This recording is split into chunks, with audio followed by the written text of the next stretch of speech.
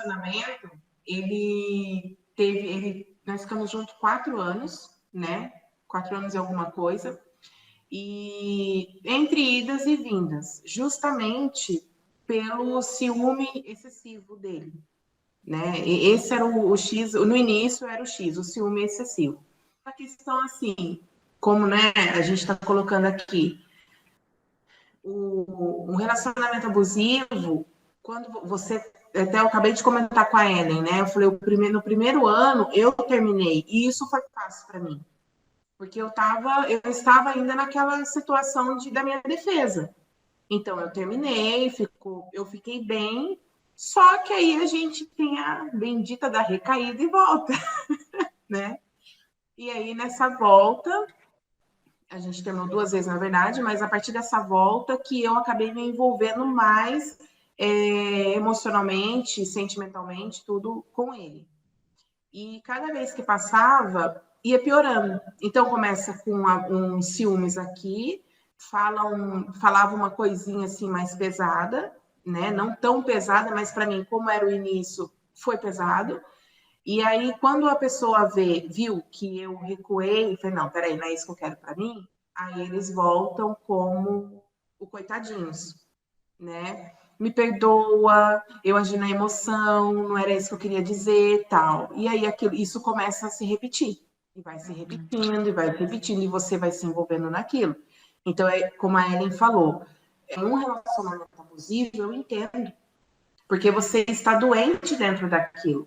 E a pessoa te manipula o tempo todo. É um relacionamento assim, a pessoa te manipula de todos os sentidos. Só que cada vez, quanto mais você cede, mais ele vai te cobrar. Então, quanto mais eu ia cedendo aqui, cedendo ali, mais ele cobrava. Então, a briga era constante, não importava onde, perto de quem. Podia estar numa festa familiar, podia estar com amigos em algum lugar, podia estar sozinho. Eu não sei se a Sara recorda até que me deixaram, né, numa festa na casa dela, e se não fossem os amigos me levar embora. Tudo por crise. E você vai perdoando, vai perdoando, vai perdoando. Então chegou num momento que eu estava emocionalmente totalmente dependente dele, totalmente. Então ele fazia o que ele queria, né? Eu estava assim, sem forças para sair daquilo. E então teve agressão verbal, era o que mais tinha. Chamava de tudo quanto era nome. Hoje eu falo isso tranquilo, tá, gente? Prova de que liberou o perdão mesmo, né? Não, para mim assim é muito muito tranquilo falar disso. E então chamava de tudo quanto era nome, proibia de tudo, proibia de conversar com amigas, proibia de. Aí chegou um momento que o ciúme se virou até para o meu pai, para o meu irmão, né? Então me tirava, eu comecei a deixar a família de lado para estar com ele pelo relacionamento. Então você vai deixando. Mas aí chegou um momento que eu brinco que eu nunca fui, acho que uma pessoa nunca foi tão abençoada com uma traição como eu fui, né? Ele me traiu, não sei, deve ter traído outras vezes que eu não fiquei sabendo, mas aí houve uma traição e ele, graças a Deus, escolheu ficar com a pessoa que ele está até hoje, até onde eu sei. E nisso, então, houve um rompimento obrigatório, né, por parte dele, porque talvez eu ainda voltaria. Se não fosse dessa forma, talvez eu poderia ter reatado, porque naquele momento eu estava doente, né? Então, quando aconteceu isso, a gente está tão doente que a gente pensa em fazer tudo quanto é loucura. E nessas horas é muito bom você ter os amigos perto e pessoas que tenham ciência de como está o seu relacionamento. Porque senão você vai para cadeia. Você perde seu réu primário fácil, né? E ele, então, assim, na hora que eu descobri a traição, o que veio na minha cabeça foi: eu vou matar ele. Eu vou matar, não tem nada a perder, a pessoa acabou com a minha vida. Aí a cabeça, como que tá, né? Então a pessoa acabou com a minha vida, eu perdi a minha vida, eu não tenho mais nada a perder, eu vou atrás, entrei com uma amiga que veio me pegar onde eu tava, né? Ela veio, me buscou, ela me trancou na casa dela, falou: você não vai fazer nada nesse momento. E eu fui me acalmando com a situação e entendendo também que aquilo era o melhor para mim. Então, e ela também, né, falou muita coisa, a gente conversando, então eu entendi que aquilo era o melhor para mim. Eu estava entendendo o que estava acontecendo, eu estava entendendo que era um livramento, né? Porque eu poderia ter me casado e nem estar aqui para contar a história, né? Porque se não fosse essa situação se movimentar, você talvez a gente era estivesse noivo, a gente já estava noivo, né? Então a agressão, ele já estava num ponto de agressão, mas aquela agressão de te pegar forte, te marcar no braço, entendeu? Que já é uma agressão. Muita gente, olha, gente, isso é importante. Muita gente acredita que é que ele ficou nervoso. Porque a tendência é a mulher se culpar muito, né? Ai, que eu deixei ele nervoso, é porque... Mas não é assim. E assim, eu acho que eu trabalhei muito a minha paciência nesse relacionamento, porque eu sabia que se eu fosse sangue nos olhos, a coisa poderia ser muito pior, né? Se eu batesse muito de frente. Então, era onde eu meio que abaixava a cabeça para não piorar. Mas uma ocasião que ele, numa discussão, ele segurou no meu braço, o meu braço ficou com a marca do dedo assim, roxo, e no outro dia ele olhou, viu aquele roxo e falou assim, o que foi isso? Eu falei, foi você. Aí chorou, pediu perdão. Então, é nesse nível, né, que as coisas funcionam. Vocês eram noivos? Noivo. A gente já estávamos noivos. E assim, eu entendi naquele momento que era o melhor. Lógico que você fica assim, você está sem chão para nada, né? Você não tem condição de nada. Então, num primeiro momento, eu comecei. Ele falou muitas palavras, né, de maldição contra mim na hora do término, porque o término foi por telefone. Na verdade, foi ainda porque eu liguei, porque senão eu ia nem ligar, né? E então, assim, vem as fases da nossa restauração, né? Então, no primeiro momento, assim, se ele voltasse atrás, eu voltaria com ele. Porque eu estava disposta a perdoar o pior, né? De tudo que eu já tinha perdoado no decorrer do relacionamento.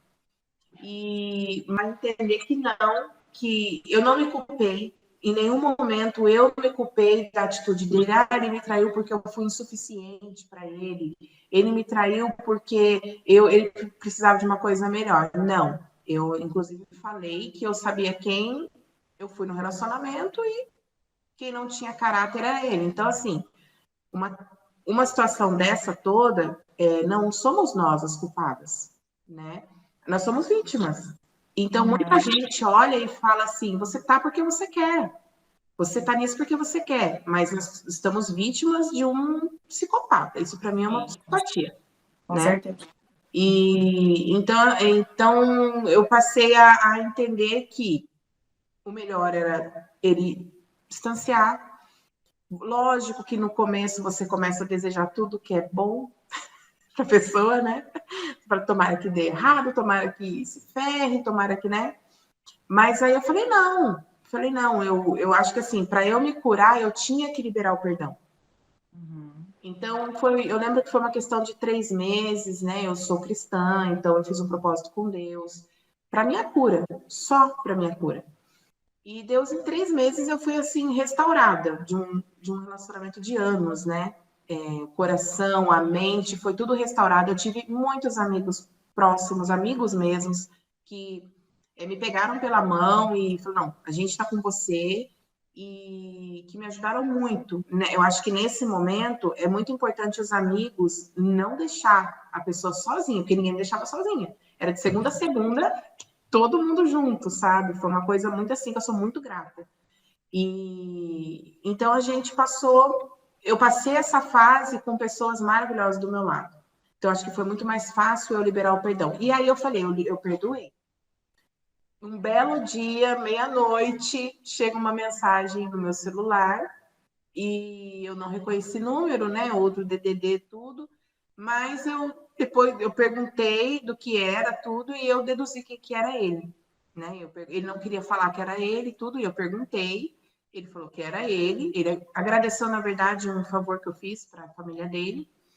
que a família dele é excepcional, não tenho o que falar, tenho contato com eles, tudo, pai, mãe, irmão, não tenho o que falar. E aí deu aquele baque, mas não um baque de sentimento, mas um baque, tipo assim, que ferveu, né? Você fala, o que essa pessoa tá me procurando, né? E aí no outro dia vem um bom dia, e aí eu perguntei, eu falei, o que você tá querendo? E eu falei, você é casado, eu não quero problema para mim, a gente não tem nada mais para conversar. E aí ele falou que ele queria me pedir perdão. E foi uma forma assim, de um... Eu falei para Deus, falei, se o senhor quiser que eu perdoe, que eu fale para ele, então ele vai ter que vir até mim, porque eu não vou atrás dele. E naquele momento eu vi que eu tinha perdoado ele. Eu vi, assim, que de coração eu havia perdoado. Na verdade, o perdão é a gente se limpando daquilo, né? Conforme você vai se limpando daquilo, entendendo que a culpa não é sua. A pessoa agiu, ele agiu também porque ele precisa de tratamento, né? Ele precisa de ajuda. Você olhou com compaixão? É compaixão a palavra? Talvez? Pode ser empatia, talvez, não sei. Eu não sei. Naquele momento você parar e eu acho que se você entender que o que aconteceu é o melhor para você, as coisas são mais fáceis. Você identificar que você está num relacionamento abusivo, que aquilo não vai para frente, que você tem uma vida pela frente, né? Sem a pessoa do teu lado, é muito mais fácil você liberar o perdão.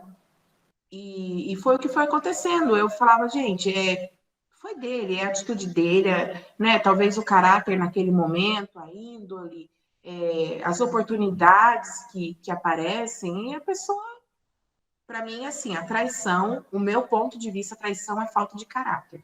Ponto. Eu não tenho outra justificativa para isso. Você pode ser honesto com quem for. Qualquer tipo de traição, relacionamento, amizade, trabalho, o que for.